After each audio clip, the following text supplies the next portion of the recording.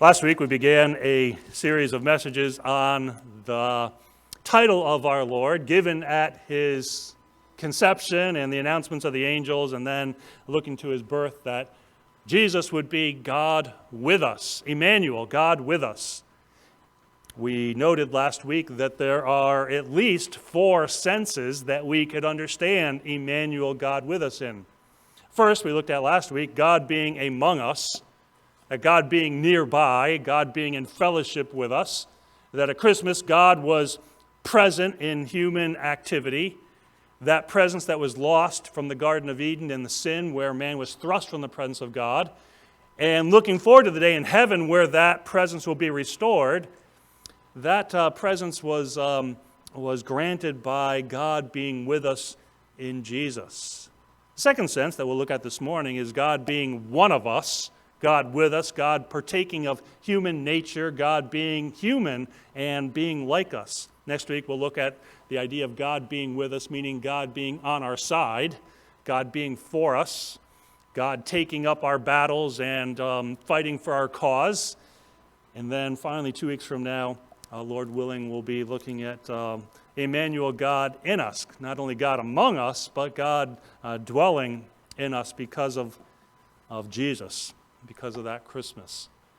As we think this morning about God being one of us, we note that Hebrews chapter 2 focuses on this theme, that the creator of all things, the one from whom are all things and to whom are all things, has taken upon our nature, has taken upon the qualities of our life, that he's embraced being one of us. For example, in Hebrews chapter 2 and verse number 11, we see, "For both he who sanctifies and those who are being sanctified are all of one, of one thing, of one kind, of one nature, for which reason he is not ashamed to call them brethren." Several times in Hebrews 2, Jesus calls us brothers, that God took upon a nature that he has brothers.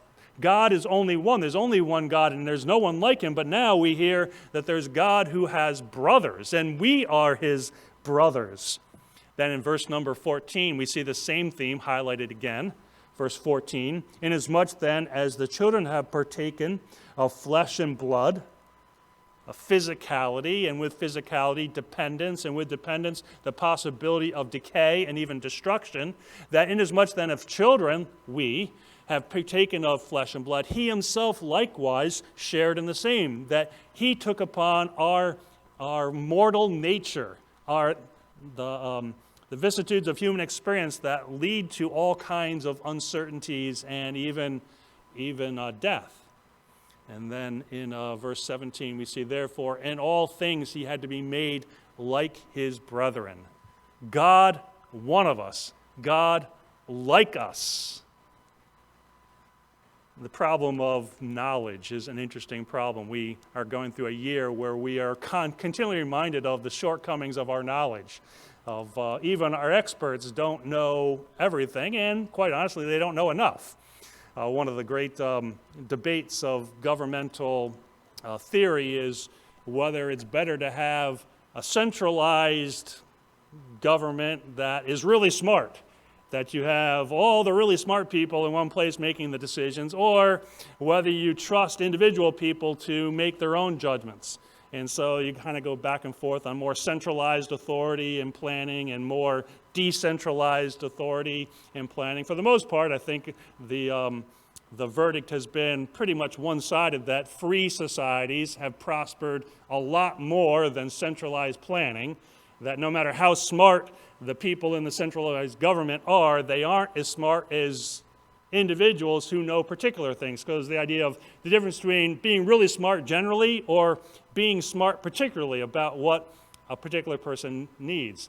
So for example, sometimes the government just doesn't know enough to make all the decisions that they make. One of the more interesting cases of that in my own reading is the case of the 1800s, when flocks of people from Europe, particularly from Ireland, and Jews from spread out throughout Europe were coming to immigrate to the United States. And they were escaping bad situations, but they were coming to a bad situation too, and they were flocking into cities like New York City. And there were so many of them, and the conditions were really bad, that the housing in New York was just cramped beyond imagination. Lots of people in small areas and really bad housing, roofs leaking, not sufficient sanitary conditions. And so kind of really bad situation. So governmental authorities said, we need to improve it. So they made a mandate saying that landlords had to meet certain qualifications in order to get permits to have housing. And so they made these mandates, and so they tore down the old housing and they built new housing meeting the new code. And everything was great because the housing greatly improved. The problem is the cost. Whenever you do things like that, the cost goes up, right? And so the cost of everything went up. And what the governmental authorities didn't realize is that these Irish and the Jews actually were saving money. They were only spending half of their money. And they were willingly living in poor conditions because they wanted to save money to bring their brothers and their cousins and their aunts and uncles from Ireland and Europe. And so they were willingly living in bad conditions because the people where they came from was even worse. And so when they made the housing better, the people were no longer able to afford to pay the way for their family to come. And because of that, in the late 1850s, there was a terrible Irish famine of potatoes. And it killed 1 million Irish, that many of them might have been saved if government would have known what people were doing. So anyways, this is kind of an example of the difference between having really smart knowledge and having particular knowledge of what someone's trying to do. Well, you can hardly fault people for trying to do something good. It's just the problems of human knowledge are limited. One of the cases of limited knowledge relates between the relationship between doctors and their patients. Doctors have a lot of scientific and medical knowledge that their patients don't have. So in many respects, the doctor knows things about you that you don't know about yourself. And quite honestly, it's a little humbling when they tell you, things about you that you have no idea or didn't understand. So doctors have this knowledge, and they also know about treatments. They know about medications. They know about procedures. They know about projections of what's likely to happen. So they have that knowledge. But the one knowledge that doctors don't have is what their patients are experiencing. They don't know how it feels to be the patient. So the patients and the doctors have to talk to each other. What are you experiencing? What's your experience of this? And that's a very helpful interaction between the doctor who has a lot of technical knowledge and the patient who knows what it feels like to be the patient. So there's been some famous books written, and one of my favorite authors about that was Oliver Sacks, who was this physician that wrote a lot about the experience of patients. And one of the best things that happens, unfortunately for doctors, but good for us, is that doctors get sick too. And doctors have medical problems too. And it's always helpful when a doctor goes through a health crisis and they go back to their work because they're better doctors because they understand patients better. They understand what it's like to face this, and so they're more sympathetic or they're more aware of the experience. Well, I relate that because there's a sense in which I'm bordering on the heresy here, but I feel confident that I have biblical reason to border on the heresy, is that there's certain things that even God didn't seem to know. God is omniscient. He knows everything, right? But there's one thing that God didn't know, and that was the experience of being human. With all God's infinite knowledge, with all of God's infinite power, there's one thing God could not experience, and that was the mortality, what it's like to suffer, what it's like to die. God can't ultimately suffer. God can't ultimately die, but we do. Christmas addresses that learning phase in God's experience. There's something that God learns at Christmas. He learns what it's like to become human. He learns what it's like to experience humanity. And so Hebrews chapter 2 emphasizes that combination, that mystery of Christmas, of God taking upon a new experience and being like us in these ways. And of course, we are the great beneficiaries of this new kind of knowledge that God gains because of Christmas. There's three categories I'd like to have us think about of this mystery of God being one of us. One, God became a man, an ordinary man. Second, God became an ideal man. Third, God became an extraordinary man. And those things are related to each other. God had to become an ordinary man to become an extraordinary one. And that's the point of Hebrews chapter 2, is that God, in the person of Jesus, takes upon an experience as an ordinary person that he might accomplish something extraordinary. And by extraordinary, I mean unique, not just that he, among many people, do extraordinary things, but his experience was uniquely extraordinary. He's the only one who has ever and could ever do what he did, all because of Christmas, Emmanuel, God with us. First, God became an ordinary man. He took upon an ordinary human nature. He became ensouled dust, like you and me. Souls in nutrients that, altogether, value $10 or something like that, the different minerals of our bodies that we're made of. We are souls that are in this form body of dust. And Jesus, God, took upon that existence of an ordinary human nature, of ordinary human body, subject to all the ordinary things that people go through, and an ordinary human psychology. Similar kinds of thinking, similar kinds of perceptions of life, certain kinds of the different stages of life that we go through. He experiences those as an ordinary human. And we see that by just his ordinary human experiences, the kind of things that he went through. To be born a baby that we can't remember but can imagine, those first flashes of light at birth, that the warmth of a mother, now maybe separated and don't like that cold, so you wrap him in swaddling clothes in order to keep him warm and keep him secure, so that the baby doesn't feel like he's just floating free, but is secure. Jesus went through that human experience of being cold, of being hungry, of needing the feeling of that mother's heartbeat, ba-boom, ba-boom, ba-boom. As God, he had never needed to know that beauty of a mother's heartbeat, but now as a baby, he experiences that. The experience of childhood. Luke 2:52 puts it simply but profoundly. Jesus increased in wisdom and stature. He grew up.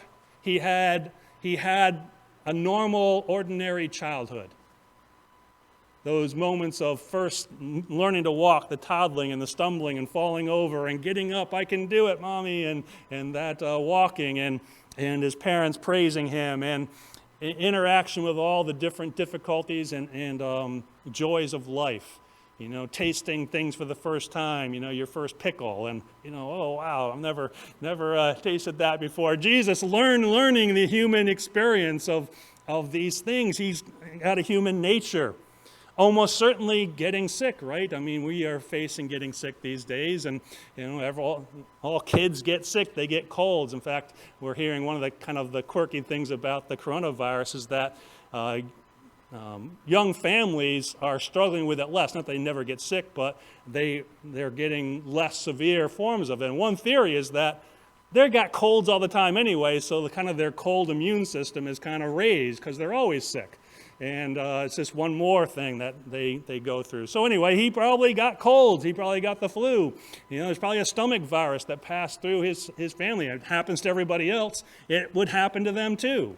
He goes through these ordinary human experiences. He learned he knew dependence upon parents. Of course, I talked about the mother's heartbeat, but just the instruction of parents. And then his father being a carpenter or a mason, basically the same thing in the ancient world. He's probably learning his father's trade. He's going to get supplies. He's helping with business transactions, learning how to do things. And that dependence upon his parents, we see it noted in the Gospel of Luke when he's 12 and he gets separated from his parents because he's surprisingly debating with the elders in the temple. And his parents leave and they don't realize he's back. And there's that occasion where his mother say, didn't you know we were worried about you? And he said that he had to be about his father's business. But then Luke tells us that he continued in subjection to them. He lived in subjection to his parents. God being subject to his parents. You think you kids get a little irritated sometimes? God was subject to his human parents until he was of age. And he was hungry. In fact, God tested his hunger at one point. He nearly starves to death out of a testing before God. But he knew hunger. He knew tiredness. There's occasions where Jesus is clearly fatigued. He sleeps in a boat through a storm, for all things, because he's so worn out from ministry. I mean, that's pretty tired. So he gets tired. He has different experiences. One of the experiences I think we can reasonably assume we had, that's a human experience. We wish we had more of it, but he probably was happy on occasions. He probably had joy. And one of the reasons we think he would know this because he bothered to turn water into wine at a wedding. Now, you don't have to have wine to live. It's just a human thing of joy to have, something that tastes better and that's a better experience. And Jesus seems to relate to that human experience of having joy. Then we hear about him attending great gatherings of feasts where Levi gets saved and holds a banquet, and Jesus is there. We can assume that Jesus is enjoying his experience there. And in fact, he gets criticized for having too much fun. People call him a wine bibber and a friend of sinners. But we see Jesus is part of human life, enjoying. One of the ways we can tell he had an acquaintance of humanity was his great stories. Jesus was a great teller of human stories. His parables, his analogies show a depth of appreciation for humanness. He has some of the best human stories. I think the story of the prodigal son is one of the most profound human stories. And it comes from somebody that seems to understand what it's like to be human. Many of his stories about need or about what it's like to be under authority or to be in authority and all those things. Jesus with a sense of humor. Of course, doesn't really come across as the comedian, but some of his teachings are put in such clever ways, there's a bit of humor in it. Telling you that before you take out the speck from your neighbor's eye, take the log out of your eye. There's something that kind of tickles the sense of humor of that irony of trying to get a speck when you have a log in your own eye, or easier for a camel to pass through the eye of a needle than a rich man to enter the kingdom of heaven. So he has a sense of human delight in illustrations and knowledge. He lived in financial dependence. Almost certainly poor from a certain point of view. Of course, what does poverty mean? You just need enough to do what you need to do, right? But he depended upon some women to pay for his ministry, depended upon others. That's a humbling human kind of thing. Most humans have to depend upon others to provide for them. Jesus went through that. Then the humanity of companionship. Jesus knew the humanity of having and enjoying companionship. His 12 disciples, he calls them friends. And by reading the stories, you can see that they're real friendships that are going on. And that's increased when we hear that one of the 12, the Apostle John, is repeatedly called the disciple whom Jesus loved. That's a very human experience, to have a friend that's just closer than anybody else. That's that special connection. And Jesus has that. Of course, as God, he knows every individual in the world equally. But as man, he has a best friend. just like you probably did growing up and just like you probably do now. Jesus has companionship. That's part of his life experience. And that companionship is also resulting in what happens when you lose a friend. For example, Lazarus is one of Jesus' good friends. When Lazarus dies and Jesus comes to Bethany, his sisters, Lazarus' sisters, Mary and Martha, come and says, the one whom you loved is dead, and if you would have been here, he wouldn't have died. And Jesus is clearly upset. In John 11, verse 33, we read, he groaned in the spirit and was troubled. And he said, where have you laid him? And they said to him, Lord, come and see. Jesus wept. Then the Jews said, see how he loved him. Then again, Jesus, groaning in himself, came to the tomb. It was a cave, and a stone lay against it. In other words, Jesus is grieving human losses. He's grieving these things as you and I would, those psychological states. He not only knew companionship, he knew betrayal. He knew the misunderstanding of his family. At one point, his family comes and he's teaching things that clearly are unusual, and they say he is out of his mind. You love it when your parents tell you you're out of your mind, or your brothers and sisters do. He knew that loneliness, that sense of being misunderstood. You can tell because frequently he needs to get away for recovery. He needs to spend time with God because he's so misunderstood. And then, of course, the great betrayal of one of his 12, one of his friends, Judas, one who ate with him, who broke bread with him, who had confidence with him, with his locations, with his plans, and Judas betrays him. That's a human sense. You can't hurt God by betraying him, but you can hurt a man by doing it. And Jesus is hurt by his friend betraying him. He sorrows. Matthew 26, verse 37, he took with him Peter and the two sons of Zebedee, and he began to be sorrowful and deeply distressed. Verse 38, then he said to them, my soul is exceedingly sorrowful, even to death. So here's one who's God, who's immortal, who's fearing, and he's sorrowing. Isaiah calls him a man of sorrows, acquainted with grief. And he fears. Now, some people seem to have remarkable freedom from fear. It's hard to believe, but there have been heroes that have died with hardly a flinch, it seems. For example, Socrates drinks the hemlock poison to accept execution. He almost does it with a smile. Jesus fears just like you and I do. Of course, his fear was rooted in spiritual realities, but also social realities that you and I probably will never, or unlikely ever to face anything like that. So he has ordinary human experiences. And with them, ordinary testings and temptations about character. The pressures of life that God could not be tempted by, men are tempted by. God doesn't know what it's like to be hungry. He doesn't know what it's like to be fatigued. He doesn't know what it's like to be threatened with death.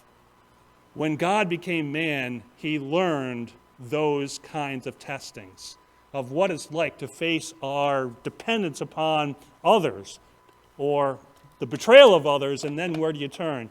To only God. But does God always provide? Does God always deliver?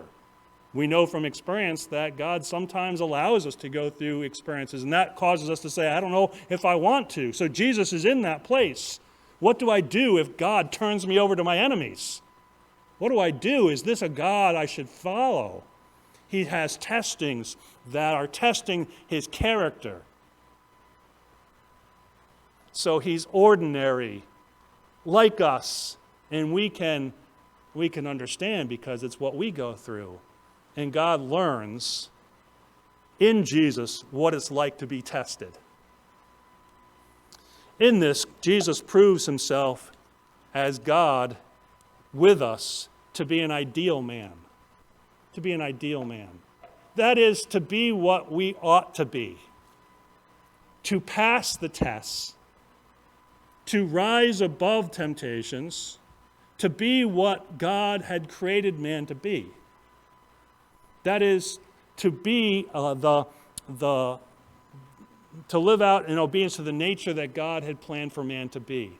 And Jesus is those things. So he is an ideal man. And when I say ideal man, I also mean one who earns the right to be king. Now understand, a king is not only a person, or not only to be a person of considerable power, but to be the model of what citizens should be. That's typically the way that kingship only can work. Kings that only emphasize power are generally not very good kings for very long. A great king, that is, the king that is worthy of the title, is one who is the ideal man, the one who has the character, the one who has the qualities that you would say that represents all of us. If we were all like that, the kingdom would be a great kingdom. And that's how Jesus earns his right to be king, because he is truly what we ought to be. In what ways? Well, I cannot exhaust them, but I can suggest things. That Jesus is full of truth and wisdom. Some scientists, I don't know who it was, named man Homo sapiens, man the wise. That something that distinguishes us from other creatures is our wisdom. That is, mankind, of all the creatures on the earth, can live outside of his own natural instincts. That we can be taught to live according to exalted principles. We can live according to principles of equity and fairness, and we can live according to principles of spiritual understandings. And that is really what a man should be, is to be wise. Unfortunately, while we might have the capability in theoretical sense of being wise, we turn out to be foolish just as much as we are wise. We work our own harm as much as we use our wisdom well. But Jesus lives wisely. He lives according to ideals, according to principles that even when they go against his nature. And one of them was his commitment to telling the truth. Many times it's not really hard to tell the truth because you don't pay a price, but sometimes you pay a price for telling the truth. And so people tend to hedge. And we're living in a time where we're obviously more aware of this, because there's certain things if you said publicly, you would face a backlash. You would be canceled if you said certain things in our culture. It would be very difficult to be a public person committed to truth. I'm glad that I'm not elected to be governor or president, because I would have to, by obligation, say things. Well, I wouldn't be president or governor very long. Maybe not even live if you said things in a certain way. Jesus spoke the truth. Even his enemies seem to pick up on this. For example, the Pharisees come to him at one point that they might try to trap him, and they say to him, "Teacher, we know that you are true, and you teach the way of God in truth, nor do you care about anyone, for you do not regard the person of man." In other words, we know that you will say something because it's true, even if you get ridiculed for it, even if you get mocked for it. That we know we're going to successfully trap you, is what they're thinking, because you always say what you believe is true. That's the kind of ideal Jesus was. Wise and truthful, even if it cost him. In the end, it did cost him. He could not deny the truthfulness of who he was, what his mission was, and what's true about us and the people of his day, and it cost him with his life. But in that sense, he is what we all ought to be, truthful and wise. Second, he's full of compassion. He's full of compassion.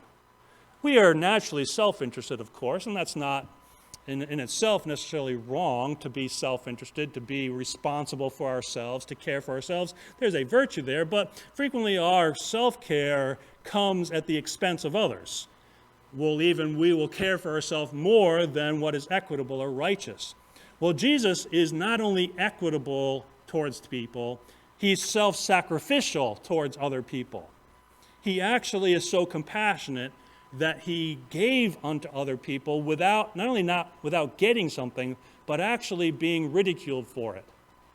So his generosity towards the sinners, the tax collectors, the adulterers, the swindlers, that society said we need to just cast them out. Jesus says, I have compassion upon them.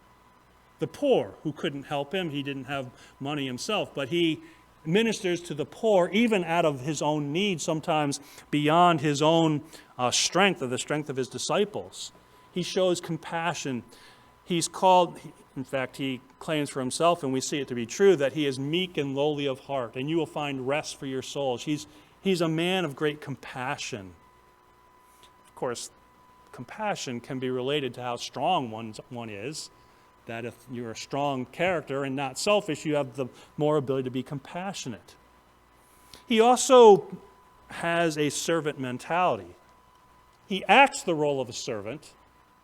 He's a king in a position, but he is a servant in his treatment of other people, in putting himself beneath their own good and supporting them, and not wanting to be served, but coming to serve and to give his life even a ransom for many. And so while some people are servants in position, Jesus is not only a servant in position, he's a servant in mentality. It's one thing when you are a servant and someone tells you something to do and you can't do anything else because you'll lose your job, you'll be punished, so you do it begrudgingly, you do it half-heartedly, you kind of do enough to get by. Jesus doesn't do that. Jesus embraces it with his mind. My role is to serve. My role is to do the very best I could do to minister, to help. And so in that, he's an ideal man.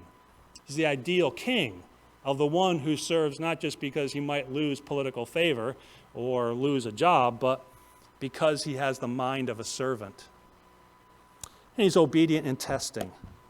Look with me at Hebrews chapter 5, in a text talking about Jesus' role as a high priest that we so need, someone who goes to God for other people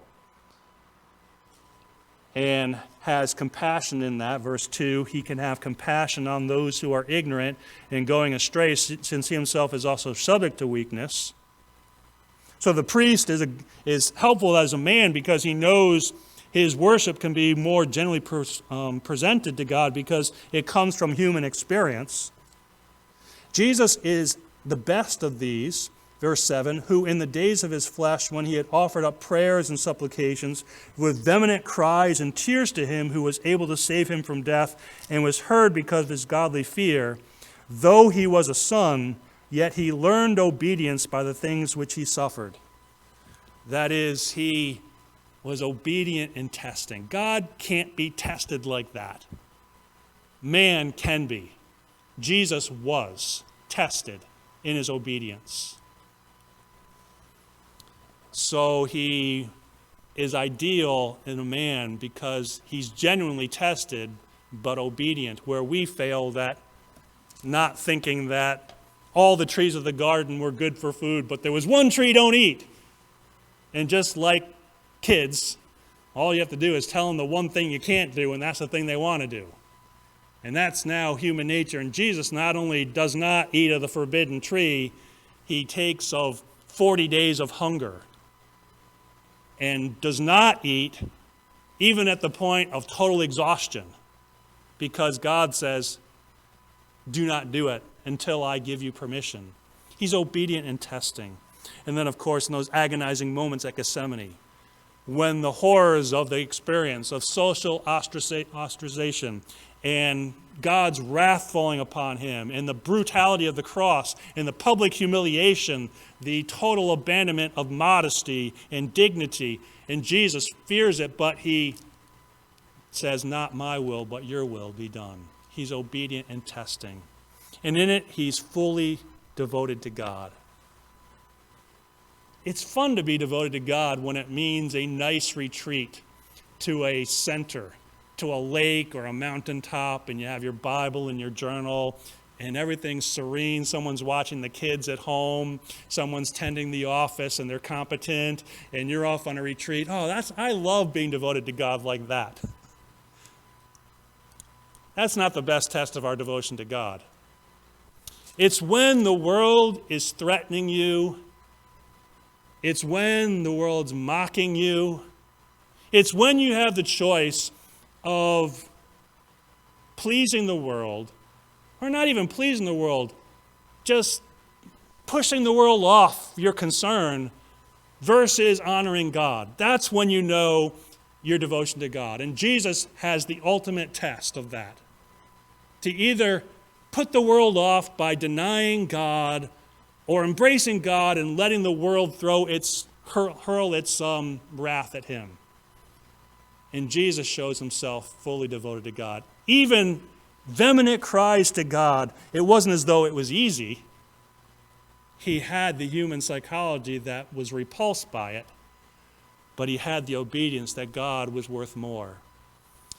God became an ideal man. And because of that, because of his place as ordinary human nature, ordinary risks and fears and sufferings, that he passes the test of being what God commanded all of us to be, that now he can accomplish the extraordinary. Hebrews 2 lists some of them. For example, in verse number 8 or 7, we hear that the angels, even though man is below the angels in one sense, there's one sense that man is higher than the angels. And that is the world to come is subject to man and not to angels. And the physical world is to be under the feet of God's image bearers. That over creation, that man has more sovereignty, and over the new creation, man will have more sovereignty. So notice in Hebrews chapter 2, verse 6, but one testified in a certain place, saying, what is man that you are mindful of him, or the son of man that you take care of him? You have made him a little lower than the angels. You have crowned him with glory and honor, and set him over the works of your hands, and have put all things in subjection under his feet. For in that he put all in subjection under him, he left nothing that is not put under him. But now we do not yet see all things put under him. I kind of see that as a bit of a understatement. We don't see things under our feet. We're trying. We make a little progress where we extend life expectancy by a couple of years. Maybe we get up to 80, maybe up to 82. But, those last few years can be kind of difficult. We don't see all things under our feet. And frequently, even in those intermediate years, we see a lot of chaos. We have diseases, we have accidents, we have injuries, we have debilitating things that happen. They're not all under our feet. We see chaos in the world, even this current year, that troubles us. Could get worse, but it's been bad. We don't have all things under our feet. Jesus takes upon that mission, an extraordinary mission. Let me take this challenge. I want to bring everything under the feet of a man. Everything under his control. He takes upon this impossible mission. What kind of extraordinary person could do that? We might admire a scientist who picks some small area and accomplishes some extraordinary feat of intellect, of scientific knowledge, and we properly parade them, yes, but they aren't bringing all things under our feet. That's an extraordinary thing that God becoming man tackles, to bring all things under his feet. And he does it through his faithful and obedient suffering. Notice the emphasis upon suffering in Hebrews chapter 2. In verse number 9, we see Jesus, who is made little lower than the angels, for the suffering of death, crowned with glory and honor, that he, by the grace of God, might taste death for everyone. Notice that little additional expression, taste death. He could have just said Jesus died, but he wanted to emphasize the human experience of it. He tasted death. He didn't just die, he feared it. He dreaded it. He agonized in it. It was something that was part of his suffering experience. Verse 10, for it was fitting or necessary for him from whom are all things and by whom are all things, that is his deity, him being God, in bringing many sons to glory, that is some extraordinary thing of bringing glory to mankind, to make the captain of their salvation perfect through sufferings. So then he goes on to talk about this unity of God and man in Jesus, that he takes upon human nature so that he might suffer. Then in verse 14, inasmuch then as the children have partaken of flesh and blood, he himself likewise shared in the same, that through death he might destroy him who had the power of death, that is the devil. So when we think about death, when we think about the death of a loved one, we think about, well, at least their life was good. They had a purposeful life. They had a good sense of humor. They helped people. They were generous. They had children. They had a spouse that they loved. They had children. They had friends. And so we think of all these things. And so we accept death as the end of something purposeful. Jesus' purpose is the end, is death. That was his purpose. His purpose is to suffer and to die. You wouldn't have been very happy if God told you that was your mission. The reason you are alive is so that you could suffer and die. You might think, well, could I get an alternative plan, a life, purpose here? But Jesus does something extraordinary. He lives in order that he might die, that he has the opportunity to die. That's his engagement, was to tackle that problem, that issue. And therefore, he has a great accomplishment, extraordinary accomplishment. Notice again, verse 14, inasmuch then as the children have partaken of flesh and blood are mortal, he himself likewise shared in the same mortality, that through death he might destroy him who had the power of the devil, of death, that is the devil. So Jesus destroys extraordinary work, that our death does not destroy death. Our deaths do not destroy the devil. The devil believes he destroys us. But this one, this ordinary man who lives the ideal humanity, his death destroys death. He takes away the power of Satan, the teeth of Satan. That is the ability to accuse, the ability to say they deserve death, the ability to say they have the obligation to die. Jesus breaks that power of Satan to make death have its sting.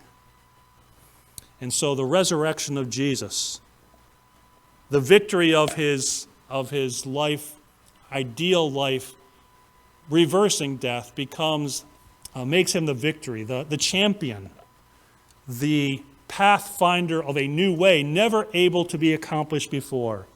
Notice what Hebrews calls Jesus back in verse 10. In bringing many sons to glory, to make the captain, the archegos, the Greek word archegos means the one who does what no one has ever done before. They are heroic in the sense they tackle some problem. So you might use it for a pioneer. There's some immensely thick forest with all kinds of difficulties that a pathfinder finds a way to tame it. That's what Jesus does in his life, is he tames life, he tames death, and brings it under control. He's a victor over it as an archegos, as a champion, as a pathfinder. And in it, he liberates captives. Verse number 15, and to release those who through fear of death were all their lifetime subject to bondage. We're all subject to mortality. We all ought to know, and in a sense we do know by just a sense, that there's a parentheses there's a bracket that ends life, death. And we all are moving towards it. And we all are faced by it. And we have varying degrees of emotional experiences with that. Sometimes we fear it greatly, especially when, there's a flash of a car T-boning us. Oh, Scott Green is here. He got hit, and thank God he's safe. But we think it could be. We don't know. That bracket could be right here. And it shapes our lives. It shapes the way that we send our kids off to college or off to school, and we think, how many times will we say goodbye that we are able to say hello again? It shapes us. We have that fear. Jesus, by taking on an ordinary human life, does the extraordinary thing of liberating us from that fear, that we don't have to be bound by that bracket anymore, that there's something beyond. There's a hope beyond that that makes death more like, as Jesus was mocked for teaching, and Paul seems to celebrate it by calling it sleep. By calling it sleep, realizing that we'll wake up again because of the extraordinary work of Emmanuel, God, one of us. And in it also, he becomes a reconciler, a peacemaker between God and man. In verse number 17, therefore in all things he had to be made like his brethren, that he might be a merciful and faithful high priest in things pertaining to God, to make propitiation for the sins of the people. So the Bible's teaching is that our greatest problem is not only death, it's the wrath of God. It's the just anger of God at our rebelliousness, our sin, our waywardness, and that offense we can't solve. First of all, we sinned in the first place, and that's worthy enough. But then we can't stop sinning, even when we want to, which we don't always want to. So we are in a real difficult situation. How do we make God happy when we have this nature that produces a justified divorce? God divorced from people, and we divorced from life. Well, Jesus is the high priest, and that's the high priest. That's what he does. He represents people to God, and Jesus is the perfect peacemaker. That in his death, he provides propitiation, removing the cause of God's wrath and restoring joy, restoring pleasure of God in his people. He's a peacemaker, and he's able to help those who now are bearing the burdens of this life. Verse 18, for in that he himself has suffered being tempted, he is able to aid those who are being tempted. Being the path maker and the path finder, he can help those who are on this path towards God. That can be difficult. That can be challenging. But he says, I've done it, and I can help you do it. One of the things I find interesting about human accomplishment are these barriers that we get to that seem to be barriers that you can't cross. And then somebody does it. And once somebody does it, it seems like everybody does it. For example, it used to be thought that no one could run a mile in less than 4 minutes. It was just like humanly impossible. You just can't do that. And then one day, Roger Bannister beats the 4-mile limit, the 4-minute mile. And now you can't even enter a high race, high-level race, if you can't run a 4-minute mile. You have to be able to run, that fast. Or in gymnastics, remember in the 1970s, those of you that are a little older, and how Nadia Comaneci was just so amazing. She got a perfect 10 on the balance beam, and she did these things that, wow, how could you do it so gracefully? Now, she couldn't even make the Olympic team anymore. What they do is just so incredibly more difficult, is that people get to this point and they break through, and then everyone else is like, oh, you can do it. And then they show them how, this is how you train, and you do this. So Jesus has done these incredible things and broken the way, and he says, don't be discouraged. Don't be discouraged. I've broken the way open, and I provided, and just ask me, and I'll give you help. I'll let you know how to do this. I'll let you know how to be faithful. I'll let you know how to endure trials. Just come. He gives help. He's extraordinary that he breaks a way open, and now he says, come, join. Don't be subject but to fear. Don't be subject to small commitments, but rather give yourself fully to the Lord. Well, what do we do with this thought of Jesus, Emmanuel, God, one of us? Well, you must believe in him for life. Hebrews chapter 2 essentially begins with this thought. How shall we escape if we neglect so great a salvation? Verse number 3. How shall we escape if we neglect so great a salvation, which at the first began to be spoken by the Lord and was confirmed to us by those who heard him? There is no other way to ultimately live and to have joy. Jesus is the only way. You must trust him. You must give up the folly of thinking you can ever do it on your own. You must forget the folly of thinking there's some other pathfinder who has found a way to God. That Jesus is unique in his extraordinary ability. That he, taking upon human nature, accomplished what we could never do. But now he offers to all who trust him. Hebrews goes on to tell us that he did it once for all. That he has so opened the way that there need no longer be a high priest. There no longer need to be sacrifice. It is only the sacrifice of praise. The only sacrifice we need is to say, thank God for Jesus. He can bring you to God, so trust him. He's the only way you can come to God. Having trusted him, he can inspire you. He can be that model. Hebrews 12 says that we should look to him, looking unto Jesus, the archegos, the author, the one who opens the way, the one who breaks these barriers and says, here's how it's done. And he can inspire you. So look to him when you get discouraged, when you're tempted, when you feel all alone, when there's a threatening world that says, we don't want any more Orthodox Christians. You look to Jesus.